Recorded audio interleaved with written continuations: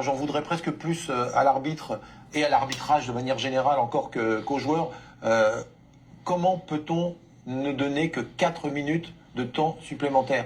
La VAR sur le penalty, c'est déjà 4 minutes. La blessure de Belrami là, sur la pommette, c'est 4 minutes.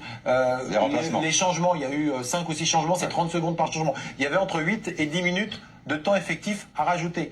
C'est une escroquerie. C'est une escroquerie dans l'esprit du jeu. Je ne parle pas de favoritisme. Je dis simplement que comment aujourd'hui peut-on ne donner que 4 minutes de temps additionnel quand on voit ce qui s'est passé en deuxième mi-temps où il n'y a eu qu'un temps de jeu effectif proche du néant.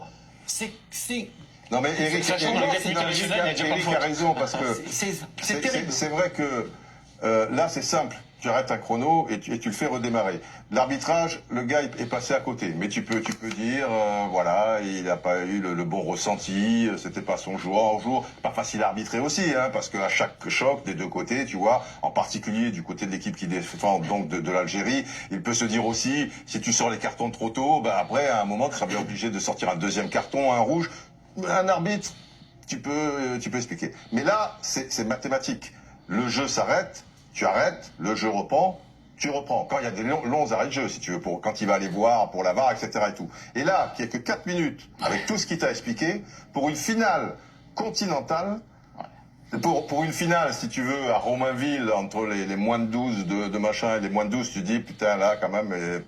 il merde un peu. Mais pour une finale... Et l'enjeu est moindre. Non, mais c'est un scandale. C'est un scandale. Et ça fait pas honneur, si tu veux, malheureusement, au football de ce pays. Et encore une fois, là, il faudra un peu fouiller, mais l'arbitre a été changé il y a 2 jours. Il y avait un arbitre sud-africain qui était prévu. C'était Victor Gomez, le sud-africain, qui a été remplacé par Alioum Niang, donc le Camerounais qui officie ce soir. Et là, partout sur le continent, les gens n'ont pas compris, ils étaient outrés, et forcément, ça pose question. Qu'est-ce qui s'est passé? Pourquoi? Comment? Bah non, il est remplacé.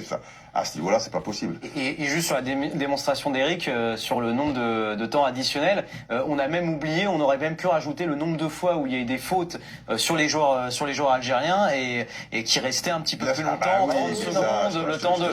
Donc on peut même rajouter ça. On est bon, c'est 10 minutes. C'est 10 minutes. Il n'y a que le championnat d'Angleterre qui, globalement, respecte systématiquement le temps de jeu effectif. On n'a pas cette culture en France. En France, on aurait mis 5 à 6